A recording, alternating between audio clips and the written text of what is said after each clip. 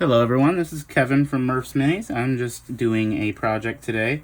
This is the Balewind vortex from Games Workshop. I use it for my Seraphon army, and one of the first things I did a wind effect on, and I do not like how the shading on the tornado came out. So before I put it on the table, I'd like to get it finished up properly this time. I'm just going to disassemble it here. I only tacked it with a couple spots of glue back when I put it together because I wasn't quite sure on the color. And I definitely messed up on the filling as well.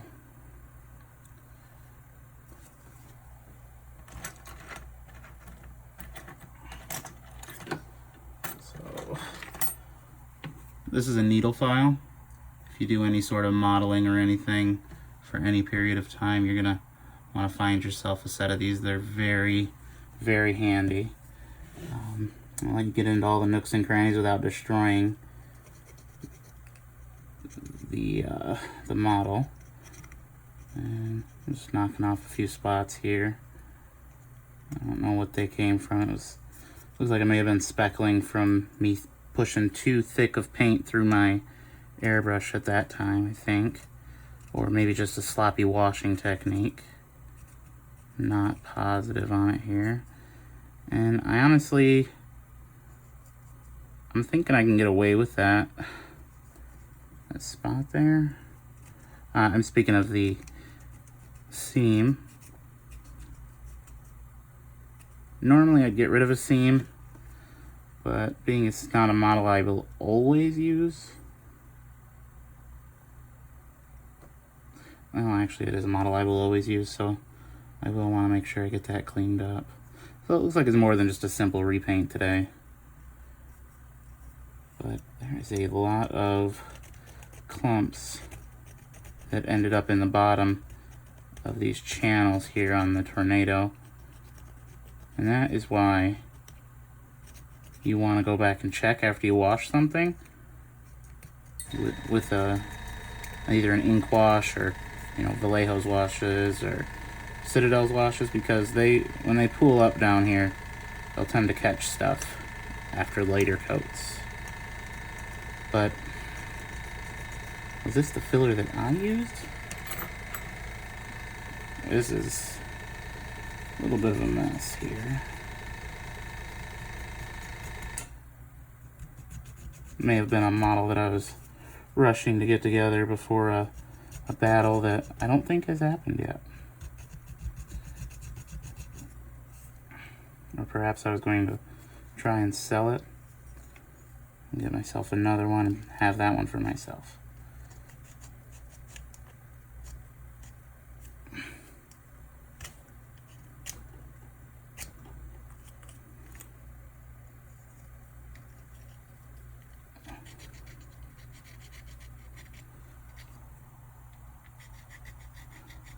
Now when it comes to filing, I'm not pushing very hard. It's just a little bit of weight on it. If you push too hard, you'll destroy both what you were trying to destroy, the little clump of whatever that was there, as well as destroying all the detail you paid for in the model. So if you think about it, that's the whole thing you're paying for with these models. It's that extra detail that they put into their manufacturing process, getting a lot of detail in there. Like those skulls built into the tornado, you're not going to get that on a cheaper sculpt. How they just look amazing. But I do like what I did there and put the green dot in the back.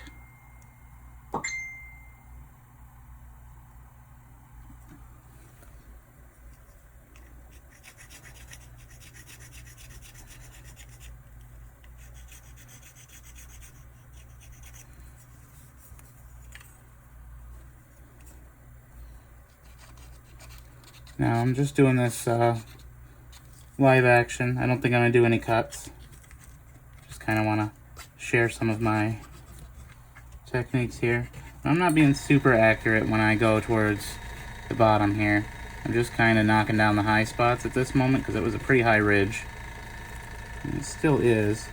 And then once I get the high spots knocked down, I will then go into little creases of the tornado, the wind lines, and cut in the detail again. And with any luck, be able to hide that seam line that I so carelessly threw together. That's why it never pays to rush with modeling, folks. If you don't have time, just save it for another day. Save it for a day where you're in a proper mood to be creative. I find most of my dumb mistakes are made on days where I went in the office because I thought I had nothing else to do, and then just tore up a model and had to work harder the next time.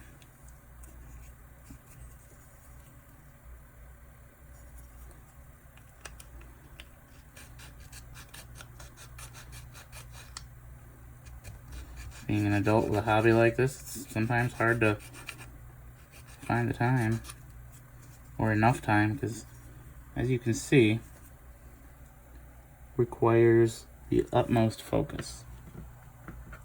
Okay, so now what I'll be doing is I'm going to use one of my favorite products here. I got it from Great Escape Games, as you can see. It is the gap filling medium. It's a thicker gel cyanoacrylate glue, basically just plain old super glue. Just a little thicker, settles in the recesses, and allows you to fill some of these gaps. Now what I'm doing is I'm running just a fine little bead across here. Now what I didn't know previously, which is why I just had to sand that nasty seam there, was that if you take and you smooth over the surface of the seam, you're going to knock down those high points, you're going to restore those low points, you're not going to lose much texture here, and it's still going to fill in that gap, and it's going to look great under paint. In fact, I think that's what I did up here. I just I neglected to do a great job of it on this section here. I'm assuming it's mostly because it's on the bottom of that curve, and that's kind of a nasty spot to sand and fill, and I may have thought it just wasn't going to be seen from tabletop perspective.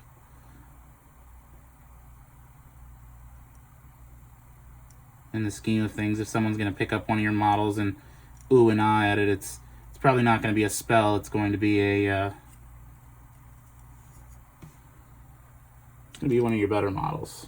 Now, I went with a green scheme because the Slan Frog General for my army, still working on him, definitely not done. He's taking on a greener appearance, and I think I'm going to go with a green sort of hue for most of my army. Growing up, the dinosaurs I'd see on TV were, you know, nice and green and leathery and just tough, and that's the kind of attitude I kind of wanted to get from him, so that's what we're going with for now. I'll probably change my mind another 10 or 15,000 times here in the painting process, but that's why it's a hobby. Now, you see there's bare plastic there and just some black paint from when I removed it. Give that a snowball's chance in hell in actually sticking this time when I put it together. I'm going to remove that black paint. Just as simple as taking out the thumb guillotine and trying not to send it through your thumb. I find that if you find a nice underspot under the surface that you're cutting, you slowly but surely pry it all up. That sharp edge of that X-Acto blade, and you're in virtually less danger.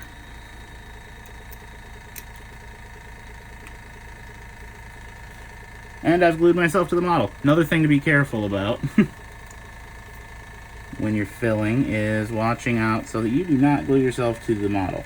And you have to be careful because you may get an undesired texture on the glue. It doesn't look like I did though, so I think I'm good here. Sometimes if you touch the model while it's still drying and then it dries with your fingerprints on there, it can look kind of gross and ruddy under the paint. But in this case, fairly certain no one's going to look that close at it, and this is going to be a display model for me, so I just need it to look pretty good from a distance, about 2 feet.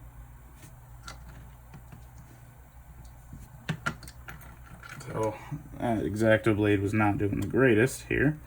I'm just going to take one of my sculpting tools, has a nice fine spear point on it, try to pry away at it with that, and all attempts seem to be failing here. So I think what I'll do is I'll leave it alone mostly and just score up the surface here, and that should give everything a chance to stick, or at least an equal chance to stick. I find that if you're using super glue to put stuff together, which I personally so far recommend, just because you can remove pieces, you can take them all the way back apart, because super glue will crack. If you use the Games Workshop method, the Plasta-Weld or whatever, liquid plastic, I don't know what they call it. Never really used it, never really sold on the idea, so can't say, can't knock it because I haven't tried it, but I don't like the idea of it. I like the temporary of the super glue in case I want to change things up, because I don't want to have to buy a $30, $40 model every time I want to switch equipment, just because I don't know what I want to play on a model yet. So I usually try to keep my models either magnetized so they're modular, or if they're cheaper, I'll make sure I super glue them together, and then I'm good. Plus, it gives them a break point that's not in the middle of your paint job most of the time. The joint is a lot easier to glue back together, repair, and salvage, to where if it cracks right in the middle, you're gonna get a little bit of an effect that you may not be super interested in having on your model. So looks like I've done a decent amount there. Looks like there's some black primer there, and I think I'll be good. Alright, so what do we want to do to mount this? Looks like I'm going to use the good old-fashioned pill bottle trick here.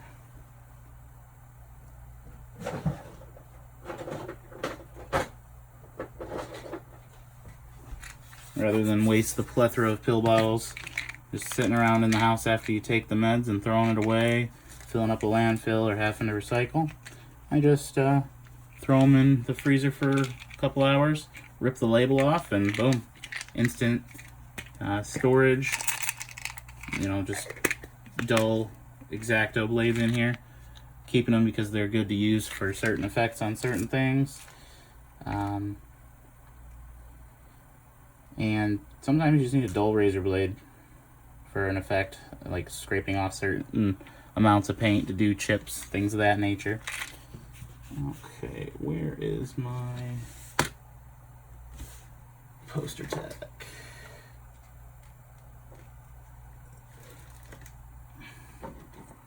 Apparently all my poster tack took the weekend off too. Oh, it's over here.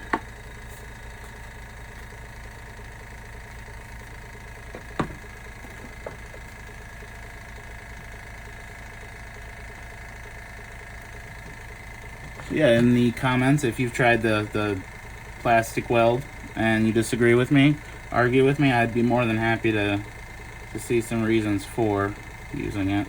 But as of right now, I think I'll just stick with what I'm doing. If it ain't broke, don't fix it kind of situation here.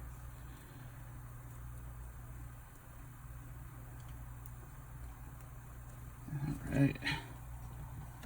You just put the poster tack right there on top of the pill bottle. boom, you slap your model to it, give it a little squish, and you got perfect amount of dexterity, and you don't have to worry about dropping the model. You don't have to touch it once you get paint on it, things of that nature. So today, looks like I'm going to start off with our Vallejo Gray Surface Primer. Some of the best stuff around.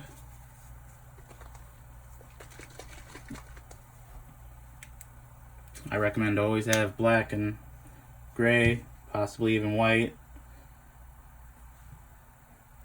I'll do a future episode on zenithal highlighting where you play with, you know, the origin of the light in the painting, and you can get some really fun effects going with that here.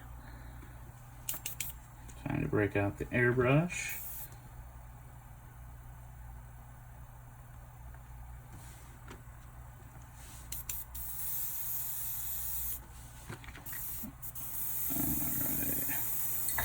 Nice quiet video compared to the ones I've done in the past here. My dad was kind enough to get me, he surprised me with the delivery of a nice new air gun, or compressor. I'm sure you can hear it in the background, but I guarantee you it is way quieter than my my big ol' generic use garage air compressor, which will still be used. I mean, it's going to find its home in the garage, and it's just going to fill up tires and pool things till the end of time, I'm sure. I think that thing will outlive all of us.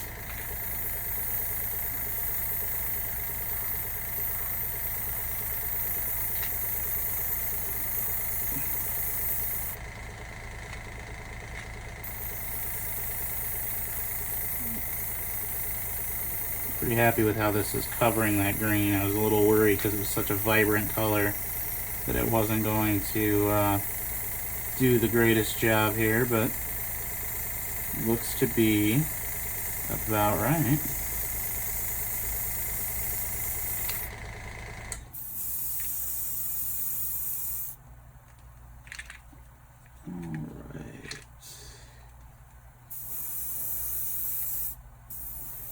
I'm just spraying with a little bit of just air while I'm traveling around, just to kind of make sure I don't blow, or make sure that there's no bubbles anywhere.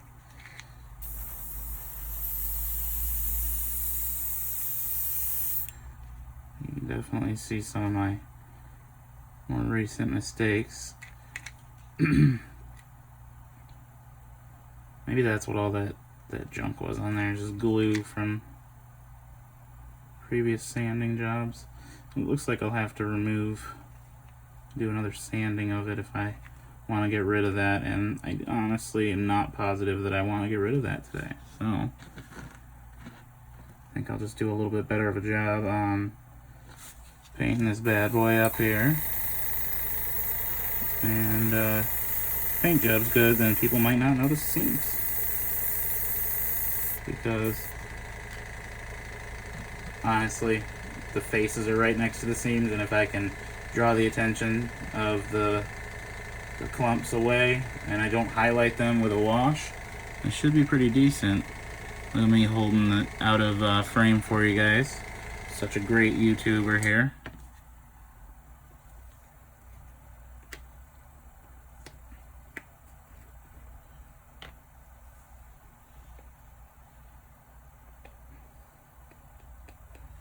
Now, I definitely don't recommend painting on that right away.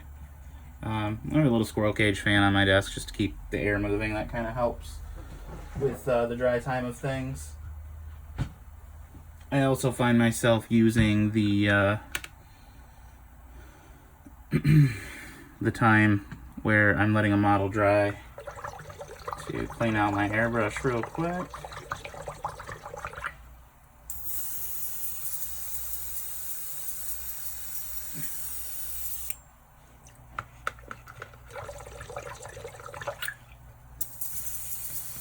Just a good old bucket of water out of anywhere works.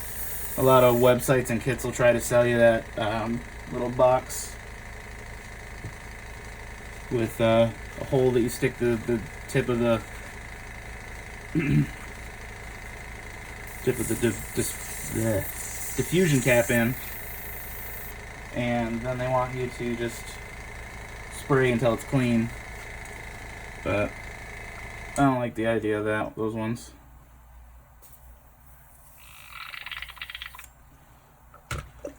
Not had any issues with this proven method for me. All the pros recommend it that way. I have not seen anybody who's worth a darn in the painting community ever really use one of those pots. They always just use a bucket.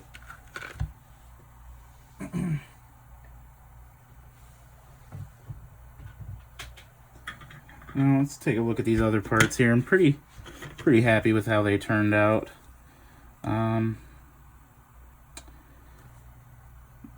Now that I'm going with more of a green theme though than a turquoise theme, I'm thinking about messing with the finish on these.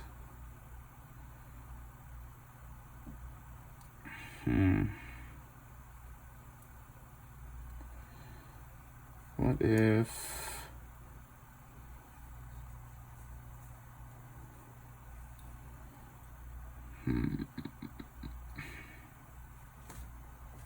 Let me bring up some of my reference pictures over here.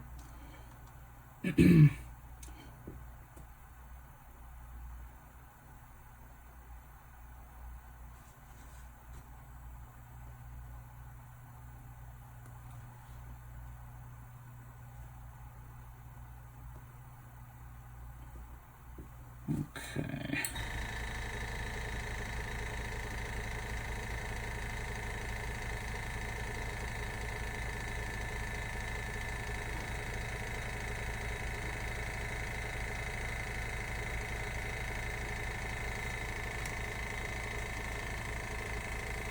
If any of you guys see this, let me know what you think I should do. I honestly think I may do some sort of just turn this into regular stone. And that metal could definitely use a lot of wear. It definitely slacked off on the metal wear this time. But it's definitely looking good. Alright everybody, I will see you soon, and make sure you check out my Instagram page, and you'll definitely see some updates on this bad boy once it's complete. See how much better it's already looking. Got rid of that bad shading job from previously. I think it was my first attempt to use an ink. It did not go well. So go ahead and check out my Instagram. Leave a comment, like, subscribe. You know the whole thing. You've used YouTube before. I appreciate it. You know, all the help I can get getting off the ground right now. Share with your friends. Share with, you know, whatever painting community you're in. If you like any of my stuff, and it'll definitely help me get some constructive criticism. Maybe I can get YouTube famous. Who knows? But thank you for watching, and you have a great day.